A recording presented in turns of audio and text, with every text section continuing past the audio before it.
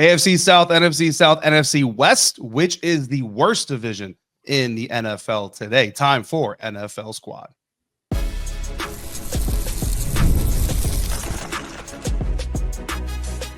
You are Locked On NFL, your daily NFL podcast. Part of the Locked On Podcast Network, your team every day. And welcome inside this week's NFL Squad. It's NFC and AFC colliding, so sit back, grab your favorite beverage, and join us as we get you ready for another wild week across the National Football League. It is December football, the most important month in the National Football League to this day, even with the added regular season game to the schedule. We are part of the Locked On Podcast Network, your team every day. And this episode is brought to you by FanDuel, where new customers, you can place a $5 bet and get started with $150 in bonus bets. If you win that first $5 bet, visit FanDuel.com to get started today. I'm your host, David Harrison, also hosting the Locked On Commanders podcast for this illustrious network. And joining me, as usual, Locked On Cowboys host Landon McCool, Locked On Packers host Peter Bukowski, on time for this one, and Matt Derry, Locked On Lions, representing the best team in the National Football League. And, of course, we've got some AFC interlopers here today. Kevin Ostreicher of Locked On Ravens, Chris Carter of Locked On Steelers, and Tony Wiggins of Locked On Jags, bringing the barbershop atmospheres for some real NFL talk here on NFL Squad today. And we're going to get real, guys, about the worst divisions in the National Football League today. And I'm looking around at the group, and there's only one of you. Wig, AFC South, my friend. You're the only guy brave enough to come through for this conversation today. So I'm going to start with you, man. AFC South, is that the worst division in football? If it is, why? If it isn't, let me know which one actually is. It is. It's the worst. I had to mute myself. I didn't want to say it, the first time, right? But no, it's the worst. And that's because the Houston Texans are supposed to be good, and I think they're real mid. That's mediocre. I just don't think that. I think Tampa can beat them on a neutral field any day of the week, and then the rest of those teams, even the Saints, even the Panthers, with the way that they're playing right now, would take out both the Jags and the Titans. So yeah, it's the worst. I used to call it the Mountain West of the NFL, and then they looked like they were doing better, and now it's back to being the Mountain West of the NFL again. Can I piggyback on this quick? Not to totally derail the show. But absolutely, please derail it. I've been thinking about this because there are three NFC teams, NFC North teams. Of course, the team that I cover. I'd hate to help Luke Braun and the Minnesota Vikings, but a 9-4 team and 11-2 team are going to be wild cards. They're going to go on the road in the first round. Why? Tell me why this makes sense. Like, I understand the 7 seed, like the Packers as the 7 seed, went to Dallas last year. Landon remembers what happened. But if the goal is to have an equitable playoff, I don't understand how a Buccaneers team in the NFC South might win 8 or 9 games and host a playoff game against what could be a 13-win or 14-win Minnesota Vikings team. That is nuts. And I don't see any reason. I think if you say winning your division gets you a guaranteed playoff spot, and then we seed based on record, I don't see any reason why that's not better than what they currently have. You keep the division, the primacy of your division, because you still play the most games against your division. It gets you in. It's the same number of games. The TV partners are happy. Who's mad about this? Tell me who's mad. Wig is mad, apparently. Wig, what you got, man? You don't got to raise your hand here, Wig. I don't know how the AFC does it, but you can just go here. Okay, well, I just think I kind of agree with Peter, but the problem is I can't let the recency of that situation be the reason why the rule gets changed, because it's the total opposite in football. You see them 4-loss SEC teams around here in 7th place in their conference, and they're sitting there crying about some team from the ACC. That's the flip side of it. The flip side of it is, what if everybody's super competitive from top to bottom? Oh, like maybe if the Bengals weren't so bad, unexpectedly, they could say that in the NFC North, because that's a tough division. Unexpectedly, right? To some, Wig. Unexpectedly. Yeah. Right. Defense is awful. Right. They are, but you get my point. It's like from a year-to-year thing. Going into the season, folks expected all of those teams to be really, really good. So it's just the flip side of football. But Tony, like wouldn't all it of a be sudden better now then? they want to Wouldn't it be reward. better to say, okay, if the Bengals won 8 games, like we've got 2 teams from the AFC South or AFC North, on this call. Why should the Ravens and Steelers not each have home playoff games this year? Why should the Ravens have to go on the road to Houston, an aggressively mediocre team in the AFC, and play a road game? To me, that just doesn't compute. Like, we're never going to seed teams by DVOA, though maybe we should. But this is a way to because of mostly TV. joking about that. The I'm answer mostly is joking TV. about that. Landon's going around going, I think. The answer is TV. Landon's right. It's It TV. And look, college football, you also figure that the NFL would get it right. And Pete's not wrong, but they're doing exactly what college football is doing. How Boise State and Arizona State are getting buys, how the 5 seed has a better path than the 1 seed in that tournament is silly. The NFL, you'd figure, because it's always the king and above everybody else, would get it right. And they're not. And Pete has a point. I mean, Minnesota and Green Bay are very good. And it's not going to be those 2 teams every year, right? Like, we've seen it when it's the NFC West, like when it was LOB and it was the 49ers, like it was crazy that one of those teams was going to have to be a wild card. But I think it's also the counterbalance of that, of like the years where like a 12-5 second place team from the AFC North has to go on the road to an 11-6 AFC North winner or whatever, like a division. I think there's sometimes it plays against it where it's like, hey, the division winner should hold the pace of they deserve to have a home game because they won their division. And I think there's some credence to that. There's also plenty of legendary moments that happened because of those. You think of Demaryius Thomas's touchdown against the Steelers. The Steelers were 12-4. The Broncos were 8-8 that year. Yeah, you think of the Beastquake, one of the greatest playoff runs of all time happened because they did it in Seattle, not in the Saints. And is that fair to the Saints? Maybe not. But I think that's the history of it, is that like, they want to give division winners, like, if you win that division, you deserve one home playoff game. But after that, when you face other division winners, that's it. It's also right. So like, you'll still get upsets though. Like, you're still going to get upsets if you seed it the way that I'm saying. Like, the Packers were 9-8 last year. They did not deserve a home playoff game. They still went into Dallas and beat the brakes off the Cowboys. Okay, and that's enough, Peter. We can talk about other examples here. I guess I don't have a problem with, let's change the rule, right? Okay, let's come up with this great rule. And that rule should last for 20 years. I think I just have a problem. Is, Peter, this is not necessarily specific with you because your team is one of them. I don't want to change a rule based on a scenario where we see this year where 3 of the top 4 teams in one conference are all in one division. I talked about it on Locked On NFL that everybody's sitting there forgetting about Minnesota as if they don't even exist and they're 1 game behind Green Bay. Or 1 game behind Detroit. Show up to one of these maybe once in a while. Right. But the thing is let's come up with rules that are fair every year and not just in a year where there's an anomaly of all of these really, really good teams being in one. But Tony, when was the last time the AFC South was worth a damn in the playoff race? All right, so let me tell you. Let me tell you where this is how old I am. I didn't grow up a Jacksonville fan. By the time they got a team, I was almost 30 years old. I grew up a fan in Washington. And I remember the NFC East with Bill Parcells, Joe Gibbs, Jimmy Johnson, and Buddy Ryan. I thought it was unfair that they beat each other up all year. I thought it was totally unfair. And the 49ers and Bill Walsh just sitting out there just beating up on the Falcons and the Saints all year. And then all of a sudden, who's the team of the decade in the 80s? The 49ers. So we've seen this before. Let's just come up with rules based on what's good all the time, as opposed to like the anomaly of one year. Wouldn't that help a situation like that, Wig? Like, when you have all those great teams in the NFC East, if they're all like, think about it this way.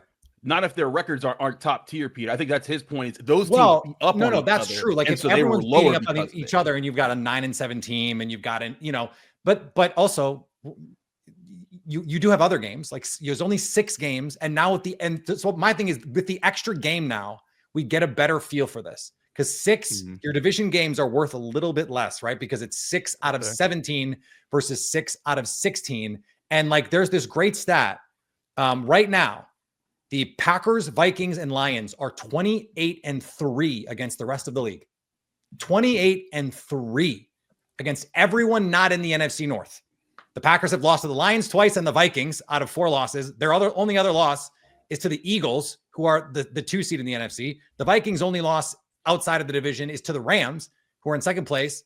And the Lions' only loss is to the Bucks, who are leading the NFC South. Like, we've never seen anything like this. I get it. I guess my problem is I'm in the Southeast and I deal with college football, and I can't stand when subjectivity gets too involved, because I'll reverse it on you.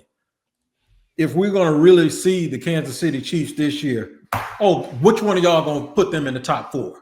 And they're 13-1 or whatever their record is. Yeah. That's where subjectivity starts to change this a little bit. I agree. You don't have to be subjective. You can just seed it based on record, and I think that's fine. But that is subjective if you do it just based on record. Peter, my point is this is the flip side of it. When you do it based on record, you're not still doing it based on who the better team is. Well, but isn't that a better gauge of who the better team is than the way you do it now, where if you only win 8 games, you might get a division, you might get a home playoff game because you won your division? Like, if your division is like, it's the same argument, like, to your point about being in the Southeast. I take the SEC fans' argument to heart. Like, hey, why should Clemson, when they're beating up on our sisters of perpetual sorrow in the ACC, and I include my Syracuse Orange in there, me and Matt's Syracuse Orange, like, and they were a 9-win team. Why we're you back? Look, we're back. Look, I'm just saying. Football school. You beat some teams, right? I mean, and Syracuse there beat you go. Miami. I'm just very saying, good. But I understand the argument that, like, that Clemson conference win should hold less weight than a 2 or 3 loss, not a 3-loss Alabama team this year because of who they lost to, but in another year, it could be the case that a 3-loss Alabama team is just better than that Clemson. And I don't. Guys, and I honestly that's don't. nonsense. And I honestly don't. You deserve to be in. I honestly don't, because I have sat here for years and watched them get away with these rivalries and that foolishness. You can't tell me that Pitt and West Virginia ain't a barn burner regardless of their record. Most of these Mason-Dixon Southern teams, they get away with that. And then you look at their record outside of the conference, and they're losing to these teams. Get them way outside of the conference early in the year. So I watched Florida State and Miami for 15 years dominate college football, when one was in the ACC and one was in the Big East or whatever it was. And the second that Miami and Virginia Tech went to the ACC, neither one of them won the conference. Miami still hasn't won it in 25 years. Tony, who's better? We knew Miami. We knew how good they were because of the people that they kept recruiting and who they kept putting in the NFL. But it doesn't mean you're going to win every week. Who's better, Minnesota Vikings or Atlanta Falcons? Minnesota. Right. They just beat them by 3 touchdowns. Minnesota. My thing is, Atlanta. It makes the regular season matter in ways that right now, like Ohio State didn't even get to the Big Ten title game, and they're in the playoff at 8. Like, that seems crazy to me. And that's hosting the a playoff subjectivity game. part. This is your point, Wig. Yeah. This is the subjectivity that I think ruins everything. Like, the Packers are in a position right now, and I understand that I'm coming from this from a Packers perspective, but the Packers are in a situation right now because they lost to the Lions on Thursday. Let's not bring it up. If the Vikings win the next 2 weeks, a Week 17 game between a Packers team that could be at that time 11-4 and a Vikings team that at that time could be 13-2 could mean 0 in the playoff race. Essentially 0. Like, that to me is bad. And Landon, your first point was the TV partners. Wouldn't the TV partners rather that game potentially be for a home playoff spot because we're still fighting for seeding in the NFC? Like, that just seems like a better system to me. Well, I know is that I agree with Tony that the AFC South is the worst conference. Well, and that's what I was going to say. I'm glad you mentioned that, Landon. I'm glad you mentioned that. So this conversation of who the worst division in football has gone all kinds of which ways. I love that. This is what I love about our NFL did say squad not to shows. derail We're us, going to have another conversation about which division leaders might stumble here in the final month of football. And I don't know how, but somehow it's going to get into why Bronny James shouldn't have been drafted by the Lakers. Coming up next on today's episode of NFL Squad, part of the Locked On Podcast Network, your team every day. Today's episode is brought to you in part by Built Rewards. And if you're a renter, then you need to listen up because this is a total game changer. Thanks to Built, you can now earn points on rent payments just like you do with your groceries, your travel, and so many other things. Paying rent now comes with serious perks, and it's completely free to join. Earn valuable Built points on your rent and everyday spending at no extra cost. Redeem those points for flights, hotel stays, and even future rent payments. With over 500 airlines and 700,000 hotels in the program, the possibilities are endless, and you can access unique experiences that are exclusive to Bilt Rewards members. I love using points for travel, and Bilt makes it so easy to turn your rent into rewards. If you're already paying rent, why not make it work for you? So start earning points on rent you're already paying by going to joinbuilt.com/LockedOnNFL. That's joinbuilt.com/LockedOnNFL. Make sure you use our link so they know we sent you. Don't wait. Start earning rewards today. Continuing now in today's episode of Locked On NFL Squad, AFC, NFC colliding for the first time, and it's already been a lot of fun. We're gonna bring up another topic and see how this thing goes. We're gonna talk about which division leader right now most likely has the odds of stumbling down the stretch here as we get into the last month of football. And of course, all these divisions are led by the Bills, the Steelers, the Texans, the Chiefs, the Eagles, the Lions, the Bucks, the Seahawks, and I don't know if everybody would agree, but I would probably say the Detroit Lions are probably the least likely to stumble of all these division leaders. I think the Bills and Joe Marino could have a say there, but since he's not here, Matt Derry, we're going to go to you. Which of these division leaders do you see as being most likely to stumble coming down the last month of the NFL schedule? I just don't. And look, I just don't like how the Chiefs are playing. And I think even if they finish with the 1 seed and do their thing, I look at them as a stumble candidate in round 2 of the playoffs. I just playing with fire, and Mahomes is great, and Kelsey's great, and that defense is great. Chris Jones I love, but I'm telling you, I could see a scenario where they sit in that perch in the 1 seed, sit out a week, get the bye, and then stumble in round 2. As far as regular season, yeah, you mentioned the Lions, David. Schedule's not so easy for them as compared to, let's say, a Philly team trying to catch them, or even a Minnesota. Lions have to play the Bills and Josh Allen. Still got to go to Chicago and play on the road. And of course, the narrative's out there. Jared Goff can't win in the cold weather. Okay. But it's still out there. So that'll be fun next week. And then having to play Minnesota and San Francisco on the road, Minnesota at home. So watch the Lions to maybe get a loss here. I mean, they've won 11 in a row, but I would anticipate 1 or 2 losses maybe for my Lions coming down the stretch here just because of attrition. But I still think they'll finish with the 1 seed. Yeah, and of course the Lions are a part of arguably the biggest matchup of the weekend coming up. So we'll talk about that here in just a little bit. Kevin Ostreicher, Locked On Ravens. I want to kick it over to you now. So Wig already talked about the AFC South being the worst division. The Houston Texans are leading that division. However, in his conversation, he also rattled off a bunch of teams that all just kind of happen to be in the NFC South. So I would probably say that Wig thinks the NFC South is the second worst division in football. I think that's probably fair to say. The Buccaneers currently lead that division. And I want to ask you this. If the Buccaneers win the NFC South, how much of that is they're really better than the Atlanta Falcons, and how much of that is the Atlanta Falcons and Kirk Cousins specifically just could not at all this season find any kind of consistency? Yeah, it's just been a nosedive for Atlanta. I mean, I feel like Tampa, sure, I mean, they'll earn it, I guess. But I mean, when you're talking about a potential first-round exit, I feel like Tampa is someone that you can circle, especially with the wild card teams that we're talking about. And I would feel more confident in Minnesota. I would feel more confident in Green Bay defeating Tampa Bay than I would in Tampa Bay pulling out a victory there. And sometimes that's just how it is. I mean, with the AFC South, like we were talking about, it's like, how do you feel like it's right that Houston can essentially walk to a home playoff game in a division that really hasn't had anything of substance this season? But when we're talking, and I want to kind of flip this a little bit on its head, when we're talking about stumble candidates, I know that we're talking more so in the playoffs, but Chris and I both have a very interesting schedule dilemma here in these next 3 weeks. And when you look at it, Pittsburgh and Baltimore have 3 games in the next 10 days starting on Sunday, because both teams play on Christmas. They play each other on the Saturday game before that. 11, but yes. Yes. Well, technically 11, but 10. 15th to 25th is technically 11, but we're doing 10 for math's sake. I got So you look at Pittsburgh's schedule.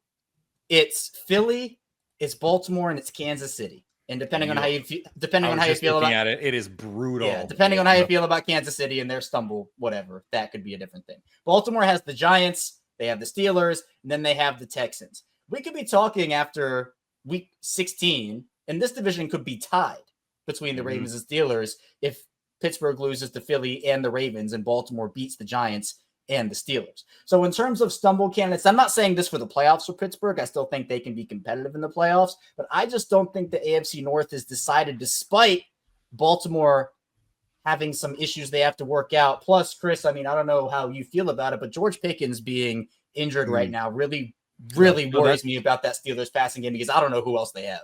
That's where I was going to go to, is that George Pickens was thought to just have a minor hamstring. Mike Tomlin updates us today and says it's more significant than they thought. He's doubtful for this week, most likely out. I get the impression the Steelers are going to be like, look, we need that guy for the playoffs. We're basically in the playoffs right now. Let's rest. They might rest him both the Eagles game and the Ravens game, and then still maybe not bring him back against the Chiefs, because that's a 4-week stretch. You go from Saturday to Wednesday because of the Christmas Day game. So that I look at the Steelers schedule. I think this is the absolute worst time to missing like one of the top receivers in the NFL in an offense. We don't have all those weapons. Now, Russell Wilson and Arthur Smith, if there was a combination of quarterback and offensive coordinator to make that not matter, I think that they're a pretty good combo to have, because Russell Wilson's been doing a good job of finding all the other guys in the offense. He hasn't depended on George Pickens. You look at this past win against the Browns, he was finding Jaylen Warren and Skowronek and anybody in the Steelers offense. Pat Frymuth got is finally getting his touches, back-to-back touchdown weeks. I think they can stomach it, but again, it's who they're playing and when they're playing. The Steelers have not won in Philadelphia since 1965. That means neither Mike Tomlin, Bill Cowher, nor Chuck Noll ever won in Philadelphia. It is a curse. I don't know what it is. It's just something that happens. I'm not picking them to win this week. I don't care if Jalen Hurts, AJ Brown punch each other and break each other. Nick Sirianni curse might be stronger. I don't know. Well, we will find out. But then again, after that tough road trip, you go on the road again in a short week against the Ravens, and then you come back home, but you're playing the Chiefs. To Matt's point, maybe the Chiefs that are in the middle of their stumble, and that gives the Steelers a break, but that's not easy. So I look at the Steelers, and if you're looking at a team that's going to not finish as strong as, say, the Lions or the Bills or one of those other teams, the Eagles, I can see that because of their schedule. The obvious answer, though, I think that if you're picking one of these division leaders right now to fall off, it's the Seahawks, because they are playing the Packers, the Vikings, and the Rams, and they're not exactly a top tier team. But the Steelers, they have big questions coming up this next month. I think also, and that brings in the other candidate for worst division in football, right? The NFC West. But Landon McCool, Locked On Cowboys, man, you're in the unusual position of not talking about the Dallas Cowboys and playoff football this season, and we'll see if that runs another season next year. But right now, there's 3 wild card teams in the NFC: Minnesota Vikings, Green Bay Packers, Washington Commanders. If you're one of these division leaders that's probably going to host a home playoff game, whether you deserve it or not, which of those 3 teams do you not want to play the most? I'm sorry, what was the 3? I glitched out for a second. The Vikings, the Packers, and the Washington Commanders. That I don't want to play. I think, to me, like the Vikings right now. I mean, I don't. They just, even though we kind of each week are just waiting for the Sam Darnold to explode. Like, I'm just waiting for at some point, like, the arms to fall off and just like the whole thing to just completely implode in place. That defense is so good, and I think that their game translates well into the playoffs. We'll see how well it gets as the further you go, and you need advanced quarterback play. But I think, as far as playing defense and running the football, that would be a team that I wouldn't want to have to play, especially early in the playoffs, because I think that they'll give you a real dose of physical nature early on in the wild card or the division round. Yeah, and Wig, on the AFC side, man, we're looking at the Ravens, Chargers, Broncos. I think everybody would assume you're going to say Ravens here, but is there a case to be made for the Chargers or the Broncos to be the more dangerous team that you wouldn't want to see compared to the Ravens? Yeah, the Chargers, and the reason why is because they, by default, they play complementary football. They better not try to open it up. They'll get the doors blown off. So they know who they are. They play it in a phone booth, and when you play that way, you don't have to change. And usually, that's how it gets in the playoffs anyway. Everything is the limited possessions. Everything tightens up. The bench gets shorter. Everything. Because everything is all about. We got to win to advance. So they're going to be used to playing in that box because they do it 17 times during the regular season, and you just got to be patient enough and willing enough to go in there and do it with them the way the Chiefs were doing the other night. And the Chiefs are now accustomed to that because they've had to play that same way all year, whereas by choice, that's how Pittsburgh wants to play. That's how Detroit wants to play. That's how Philly has always wanted to play. I just love the fact that everybody's doing it, even if it's by choice, by force. They're playing football where blocking and tackling matters, and that's why it's going to be fun.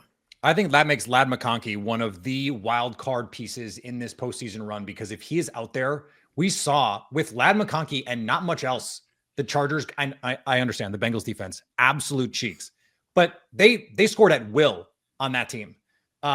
We saw them in a number of primetime games play well with Ladd McConkey out there. And when he's not out there, as we saw, it gets really tough for this Chargers team to move the ball, but their defense is so disciplined. It's a testament to how much coaching matters, right? Because it's not that different a group personnel wise than it was last year. But Jesse Minter comes in from the college game with Jim Harbaugh, and they are just playing fast. They're playing physical. That defense can keep you in games. And then when you have a guy like Justin Herbert, though, Tony Wiggins has seen firsthand in the postseason what second half Justin Herbert in a playoff game might look like. But I just think that team with Jim Harbaugh, they feel different. They are a really, really scary team. And to me, it all hinges on Ladd McConkey. If he can't play, they can't win. If he can play, they can beat anybody. They have the biggest variance to me in the postseason. It really just hinges on a rookie receiver. That's the crazy part. I will admit they're a little bit better this year than I expected them to be. Wig and I talked on Locked On NFL early this season about them, and I was not very complimentary of them. And I will say that they have been better. The Buffalo Bills have also been better than I expected them to be this season. They will face off against the Detroit Lions in arguably the best game of the Week 15 slate. We'll dive into that and all the other big games this weekend. Coming up next on today's Locked On NFL Squad, part of the Locked On Podcast Network, your team every day. Today's episode is also brought to you in part by IceShaker, and Commanders fans, sports fans all across the country. I know you're like me. Your holiday shopping list is, let's just say, far from complete. Well, if that's the case, then we've got the perfect gift for the passionate sports fan in your life. IceShaker is now officially licensed with the NFL, the NHL, the NBA, NCAA, and Major League Baseball, and it makes the ideal gift created by and used by the Gronkowski brothers, so you know it's a whole lot of fun. Go to IceShaker.com. Use the code LOCKEDONNFL at checkout to save 25% on your order. I'm not even joking when I tell you that my family and I own over half a dozen IceShaker bottles, and this is just one of them. Kitchen-grade stainless steel patented twist-in agitator that breaks in your powders, and this bad boy will hold ice for up to 30 hours. Third-party tested. Again, order your team-branded bottles or your customized bottles at IceShaker.com. Use the code LOCKEDONNFL for 25% off your order. IceShakers, show your support for your favorite team with the best branded workout bottles on the market. IceShaker. Wrapping up this week's NFL Squad episode, talking about some of the best games on the schedule this weekend, and we're going to wrap it all up with bold predictions coming from Landon McCool, Kevin Ostreicher, and Tony Wiggins. So, gentlemen, get your bold predictions ready to go. But we're going to start with the game of the week, Buffalo Bills at Detroit Lions. Matt Derry, the question for you, obviously, is are the Lions going to make good on that 1.5 point spread that they are favored to win by? And is this a legitimate Super Bowl preview in your eyes? Didn't you mean Peter Bukowski's Lions? No, I'm just kidding. Sorry. Come on. Let's be honest. The Lions escaped the other night. Certainly, Pete's Packers gave them all they could handle and got some help from the 12th man, as Pete said, but on his show. But let's be honest. The Lions have played so many games, close games lately. They played the 3-11, the Kevin Ostreicher 3-11 deal. Now they're getting a little bit of a break and a little bit of a rest from last Thursday to this Sunday playing the Bills. But Bills coming in off a loss scares me a little bit. Josh Allen playing unbelievably well with 6 touchdowns last week. This is going to be an absolute war, and this could be a game in the 50s. I mean, first team to 50 getting a 50 burger might win it because the Lions still have injuries defensively. And the Bills we just saw got carved up by Matthew Stafford. And certainly the Lions offense at home could do the same thing. But 1.5 is an interesting number, David, as you mentioned, because that means a lot of folks figure that 11-game win streak would come to an end this week, and it just might because Buffalo's a very good football team. But there's something special about this Lions club. And that game's in Detroit, isn't it, Matt? Yes, it is. Yes, why? It is. So why is it only 1.5? That seems disrespectful to the Lions. Coming off a mini bye, and the Bills just had to travel across the country, like all the way across the country. Now they have to go travel again. Like that to me, that should have been 3. If anything, I don't understand that line at all. Yeah, so 1.5 some places, 2 others. I think people figure that maybe this is just that time that the Lions finally lose. I mean, they're 12-1. They won 11 in a row, but it's going to come to an end eventually, right? I guess, unless they just keep running the table, and that's what Dan Campbell and his guys are doing. They're playing great football, but this is going to be a tough test. And with all those guys out hurt on that defense and having to deal with Allen and his legs, that could be a deal breaker on Sunday at 4:25. A lot of man coverage. I think that's the matchup is like, if you're going to play a bunch of man coverage, Josh Allen's going to carve you up. Yeah. I mean, look, when Aiden Hutchinson went down, a lot of people thought the Lions were going to be, ultimately cooked there. And certainly they've been able to withstand that loss as well. So a lot of good things going on in that matchup. We're going to stick in the NFC North here. Peter Bukowski, Green Bay Packers going on the road to the Pacific Northwest, face the Seattle Seahawks, favored by 2.5 points on the road. Is that disrespectful to the Seattle Seahawks, or is just a testament to the elite status that is the Green Bay Packers? Well, that game opened at 3.5. So evidently the market thinks that it is disrespectful to the Seahawks. The fact that it's at 2.5 now means that there's action on Seattle. I frankly don't understand that. I see a Seahawks team. I understand they're playing great defensively lately, but Jordan Love, since the Packers have come back off their bye, he's been as efficient as any quarterback in the league, leading the league in EPA per play the last month. This is a defense right now that is playing even with the Lions game, really good football despite some injuries, without Jair Alexander, without Adrian Cooper.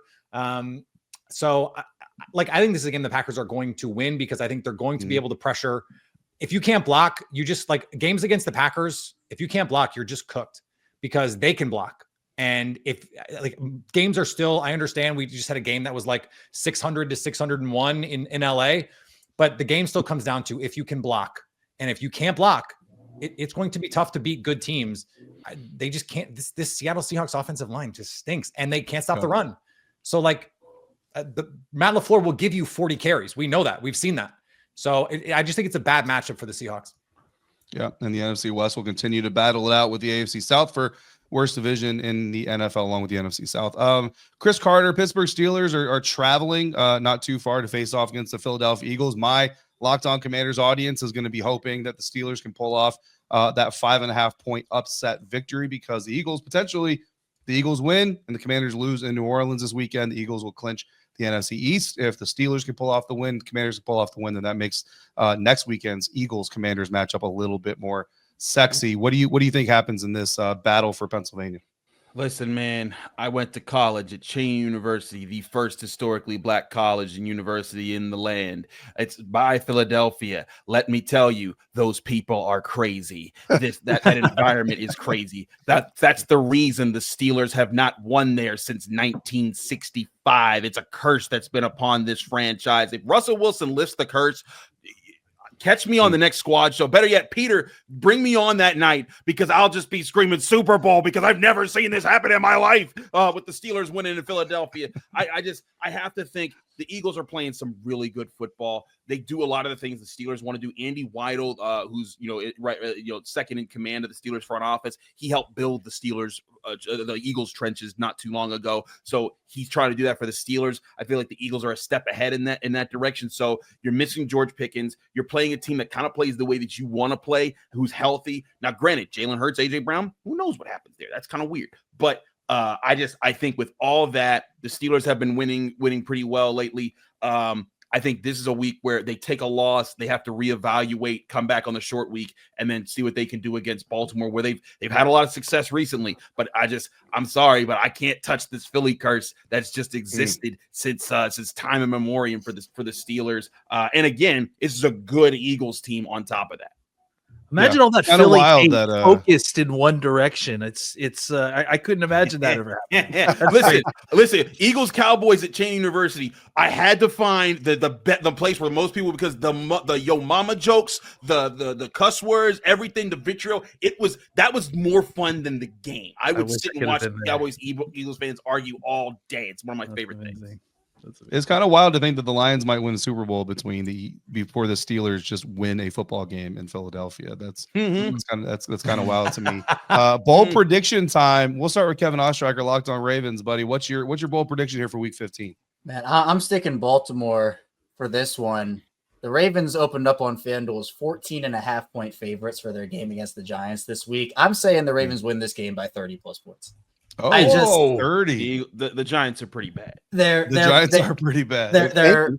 There's no quarterback. Is what Drew Lock is going to be their quarterback if all signs point to him being healthy. There's no Dexter Lawrence on that defensive line. And I just want to say the New York Giants have ruined my life. And the reason for this is because back in the day, really before last week against Philadelphia, Jalen Hurts kind of saved this for me. But Daniel Jones was the only NFC quarterback to ever beat Lamar Jackson.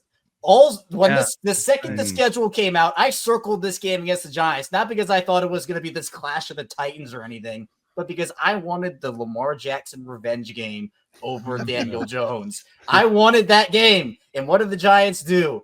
They cut him, and they didn't let me have it, and they didn't let Baltimore have it. So now the only thing left, the only thing that's right, is for Baltimore to go out there and beat this Giants team by 30 points. 30 is a lot, but I just feel like with what we've seen from this Ravens team, they haven't played their best football over the last 3 weeks. They've lost 2 of their last 3 games. Lamar Jackson was clearly not happy about a lot that's going on. I feel like this is going to be Lamar Jackson saying, hey, I'm still here too. And Josh Allen is – talk about the odds going up for MVP. I think Lamar Jackson has a game where he says, what are we talking about? I'm still in this race too. No. Congrats to anybody that's got Lamar Jackson on their fantasy roster in the playoffs right now. Look at my face. Look at my face. Oh, like 3 or 4 might be your prediction. 30 points against the Giants. Not bold at all, to be honest. I'm gonna have to go 40 then. I'm gonna have to go 40. 40. That's a little bit more, but that's a little bit spicier. Well, Landon McCool, Locked On Cowboys. What's your bold prediction for this weekend? Here's my bold prediction. I think the Jameis Winston chaos circus comes into town and they take down the Kansas City Chiefs. Just by the weird energy around these two teams somehow cancels each other out. This whole season has been just dancing with chaos, and that's what this game is going to be as well. It's going to be a microcosm of how this season has just gone back and forth. Somehow the Chiefs find a way to slip away and beat teams they have no business beating in these games this year. They're going to find a way to lose this one this week. I'm picking. I don't know why, because you asked me to. I'm picking the Browns to go over the Chiefs. That is a post-game press conference I will definitely make sure to tune into if that happens. Tony Wiggins, Locked On Jags, man, take us home with your bold prediction. Well, he stole my bold prediction, so I got to start arguing with Gronkowski again about this. So, what do you want to do now? You want to take? No, I'm just joking. I want to relegate the Jaguars. Should the Texans have a home playoff game? Let's continue. Yeah, I know it. I'm gonna pick the Colts to upset Denver, man. I think Jonathan Taylor will get going a little bit. It's always quirky when you play against a team that has sort of an offense you don't prepare for and a dude that does things that you don't prepare for. And we've been glossing and loving on Denver and Sean Payton. I saw him all over national news today, and people were talking about Coach of the Year stuff. Hold on. Let's hold on for just 1 minute. Let's go ahead and say that that's going to be the upset. Even though I don't really believe it, I actually was going to pick Jameis Winston to beat Kansas City, but I'll go with that. I'll go with Jonathan Taylor. I like that. And so to recap today's episode, Arizona State absolutely deserves their bye week. Thank you to everybody out there for tuning into this week's Locked On NFL Squad. Of course, we will be back next week with a lot more fun, and each of us is hosting our individual shows, bringing you all the content and coverage you can handle across the National Football League. So until we see you again, if you're out and about, please be safe, be kind. We'll see you next week for another episode of Locked On NFL Squad, part of the Locked On Podcast Network, your team every day.